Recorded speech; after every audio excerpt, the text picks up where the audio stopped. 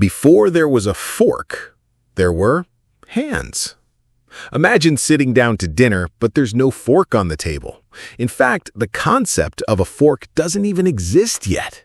This was life for most of human history. For thousands of years, people relied on their hands, spoons, or simple knives to eat their meals. In ancient Egypt, royalty and commoners alike scooped their food with bread or fingers. In China, chopsticks had been used since at least 1200 BCE, turning dining into a delicate art of pinching, lifting, and stirring. In the Roman Empire, spoons and knives reigned supreme, with spoons made from bronze, silver, and even bone. But the idea of a utensil with prongs, that hadn't taken hold yet. This wasn't due to lack of intelligence. It was about tradition, practicality, and culture. For many societies, eating with hands was considered perfectly normal, even elegant, as long as it was done politely. The fork's absence in history was not an oversight. It simply hadn't found its moment. Long before the table fork appeared, ancient civilizations used pronged tools, but not for eating. Archaeologists have discovered two-pronged bronze implements in Egyptian tombs dating back more than 3,000 years. These were used for cooking, serving, or holding meat steady while carving, not for lifting food to the mouth. Similarly, in ancient Rome, large two-pronged forks, called furca, were used in kitchens and banquets to serve meats. They were sometimes decorative, with engraved handles and silver plating, but they still weren't seen as personal eating tools. Why? Because eating directly from a fork was considered odd, even a little barbaric to most people. Hands and bread were viewed as more refined. So for centuries, the fork remained behind the scenes, an invisible servant in the kitchen rather than a guest at the table. Byzantium's golden tables. The story of the eating fork truly begins in the glittering palaces of the Byzantine Empire, around the 7th to 10th centuries. Here, in the heart of Constantinople, dining was an art form.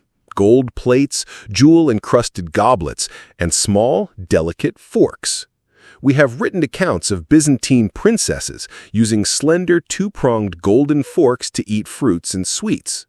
One of the most famous was Princess Theodora Ducana, who shocked Venetian nobles when she brought her personal forks to Italy in the 11th century. To her, it was a mark of refinement. To the Venetians, it was almost scandalous. Some priests even condemned the fork as excessive vanity, claiming God had already given humans natural forks, their fingers. This religious pushback slowed the fork's spread into Western Europe for centuries. Venetian shock and scandal. When Princess Theodora married Domenico Selvo, the Doge of Venice, she brought her Byzantine manners and her golden forks with her. At banquets, she refused to touch food with her hands, delicately using her fork for every bite. Venetian elites were fascinated, but also disturbed. Some saw it as haughty foreign behavior, others as an unnecessary show of wealth. A famous churchman, St. Peter Damian, even wrote that using a fork to avoid touching food was sinful arrogance. He claimed such behavior insulted God's design of the human body. For decades after, the fork was remembered in Venice as an odd luxury of a foreign princess, not a normal dining tool. The Renaissance Revival. The 14th and 15th centuries brought the European Renaissance, an explosion of art, culture, and innovation. This was also when the fork began its slow comeback. In Italy, especially in Florence, fine dining became a social performance. Banquets featured roasted birds, sugared almonds, and pasta, foods that could be messy without a proper utensil. Wealthy Italians began adopting small three-pronged forks for pasta and sweets. Gradually, the association between forks and excessive vanity faded. Instead, the fork became linked to cleanliness and sophistication. Catherine de' Medici, an Italian noblewoman, is often credited with popularizing the fork in France when she married King Henry II in 1533. She brought Italian table manners, including the fork, to the French court, where it became a symbol of royal refinement. Forks in France from oddity to elegance. At first, French nobles mocked the fork as effeminate or unnecessary, but as courtly etiquette became more elaborate, the fork's popularity grew. By the 17th century, French dining had strict rules. Food was cut with a knife and eaten with a fork, never fingers. Forks evolved in design, now with 4 tines instead of 2 or 3, making it easier to spear and lift food without slipping. Silver and ivory handles were in vogue among the elite, while commoners still used knives or spoons.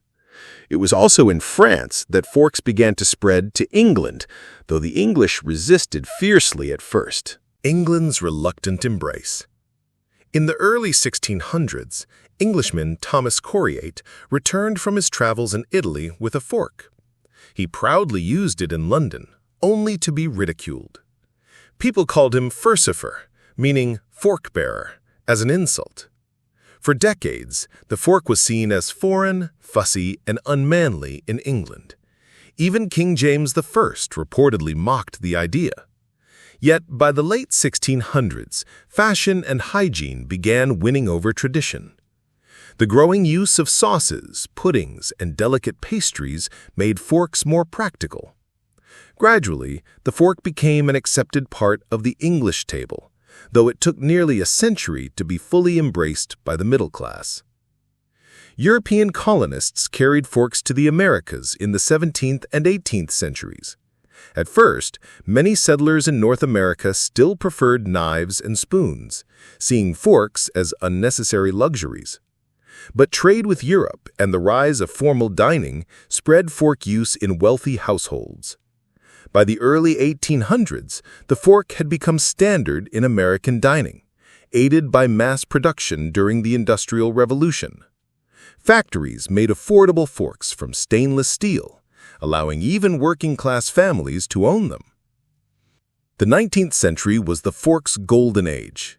With industrial metalworking, forks became cheaper, stronger, and more varied in design.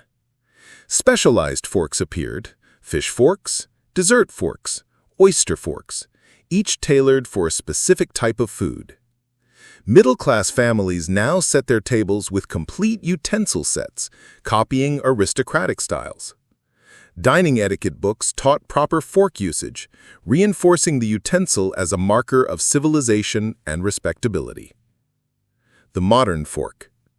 By the 20th century, the fork was truly global. Its 4-pronged design had become standard in most Western countries, while also being integrated into cultures with other traditional utensils. In Japan, for example, forks were adopted alongside chopsticks for certain Western-style meals. Stainless steel became the material of choice, resistant to rust and easy to clean. The fork was no longer a luxury, it was an everyday necessity. Today, the fork exists in countless shapes: long carving forks, short cocktail forks, curved salad forks. In some cultures, it is still secondary to chopsticks or fingers, but globally, it has become a symbol of dining itself. Its journey, from kitchen tool to royal oddity to everyday utensil, reflects broader shifts in human culture. Our ideas of hygiene, elegance, and even morality at the table. The fork's legacy. The humble fork tells a surprisingly rich story about human history. It began as a servant in ancient kitchens, was briefly a scandal in medieval Venice, a symbol of elegance in Renaissance France, resisted in England, and finally embraced around the world. Today, it sits silently beside our plates, rarely noticed. Yet it has shaped the way we eat, the way we design meals, and the rituals of hospitality. The fork is more than just metal and tines. It's a piece of living history, carried from ancient banquets to modern dining rooms, a reminder of how even the simplest objects can have extraordinary pasts.